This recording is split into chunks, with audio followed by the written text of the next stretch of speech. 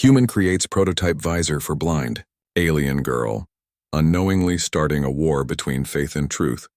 The workshop hummed with the gentle whir of fabricators as Endner adjusted the neural interface for the 15th time that evening. His fingers, calloused from years of engineering work, moved with practiced precision across the holographic display. The prototype visor gleamed under the artificial lights, a sleek band of adaptive metal and synthetic neurons that promised to translate electromagnetic waves into comprehensible visual data. "You're still here?" Valkyrie's voice echoed through the doorway, her echolocation clicks following a moment later. The Exerian girl navigated the cluttered workshop with uncanny grace, her four-fingered hands trailing along familiar surfaces. Ender looked up, a tired smile crossing his face. "Last calibration, I promise. Want to try it on?" Valkyrie's head tilted, her vestigial eye ridges, smooth planes where eyes should have been, angling toward him. Her species had evolved in the pitch-black caves of Exeria Prime, where sight was not merely useless but biologically impossible. For 70,000 years, her people had thrived in darkness, building civilizations through sound, touch, and faith. "Ender," she said softly, settling onto the workbench beside him. "You don't have to do this. I'm not broken. I know you're not." He powered down the display and turned to face her fully. "But you're curious. I've seen how you pause when I describe sunsets. How you ask about colors even though the concept means nothing to you." She was silent for a moment, her auditory sensors, delicate fronds that framed her face, quivering slightly. "The Luminarchs say that darkness is sacred, that the eternal silence chose us to exist beyond the corrupting influence of light. And what do you say?" Valkyrie's mouth curved into something resembling a human smile. "I say that perhaps your people were chosen to see what we cannot.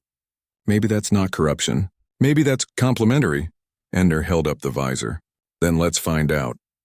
The device settled across Valkyrie's face like a second skin, neural connectors interfacing seamlessly with her brain's visual cortex, dormant structures that evolution had preserved but never activated.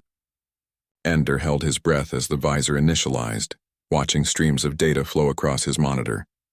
I don't understand," Valkyrie whispered. Her hands flew to the visor, trembling. "What is this?" "What am I?" "Colors," Ender said gently. "Shapes, light and shadow. You're seeing, Valkyrie." She turned toward him, and for the first time in her life, she truly looked at something. At someone. Tears, clear and luminescent in Exerian biology, streamed down her face. "You're beautiful," she breathed. Though she had no context for beauty, no framework for visual aesthetics.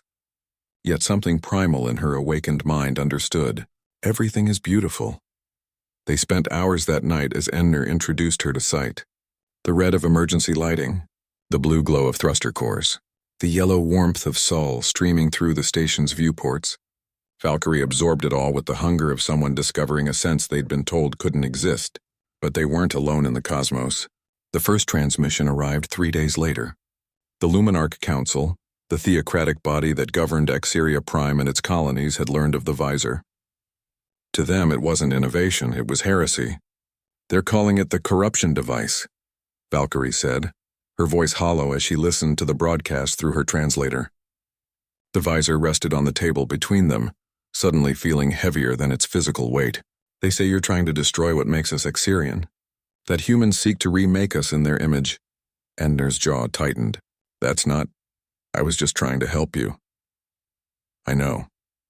She reached across the table, finding his hand with the confidence that sight had given her. "But they don't see it that way.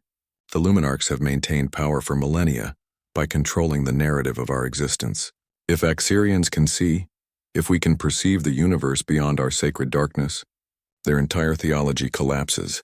Within a week, protests erupted across Exerian space. Conservative factions demanded Ender's arrest and the visor's destruction.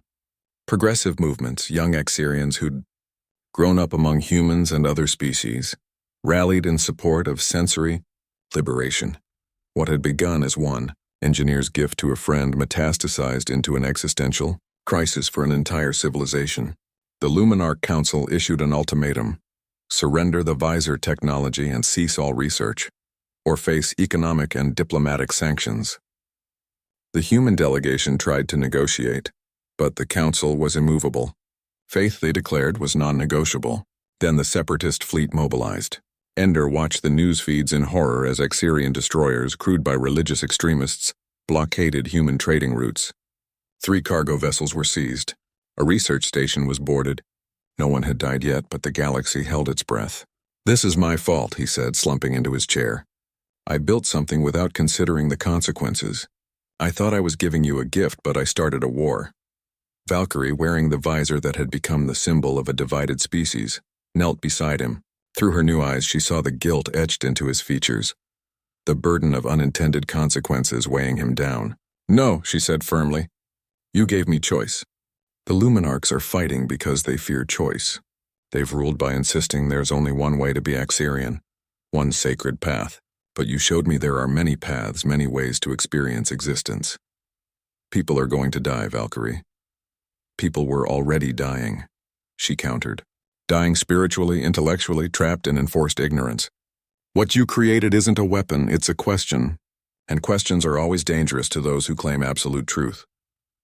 Outside the viewport, human and Xerian negotiators worked frantically to prevent escalation. Progressive Xerians in the colonies began producing their own visors, crude copies of Endner's design. The technology couldn't be contained, couldn't be unmade. The galaxy was changing. Months later, as an uneasy peace settled across the sectors, Ender and Valkyrie stood together on the observation deck. The crisis had passed, though its echoes would resonate for generations. The Luminarch Council had fractured, with reform factions gaining power. Thousands of Xerians now wore visors, experiencing sight for the first time, while millions more chose to honor their traditional darkness. Both were valid. Both were respected. "Do you regret it?" Ender asked quietly. Valkyrie considered the question, her visor translating the cosmic tapestry before them into signals her brain could process. Stars, nebulae, the infinite canvas of creation. "Never," she said. "You taught me that humanity's greatest gift isn't technology. It's the audacity to ask what if, even when the answer terrifies everyone."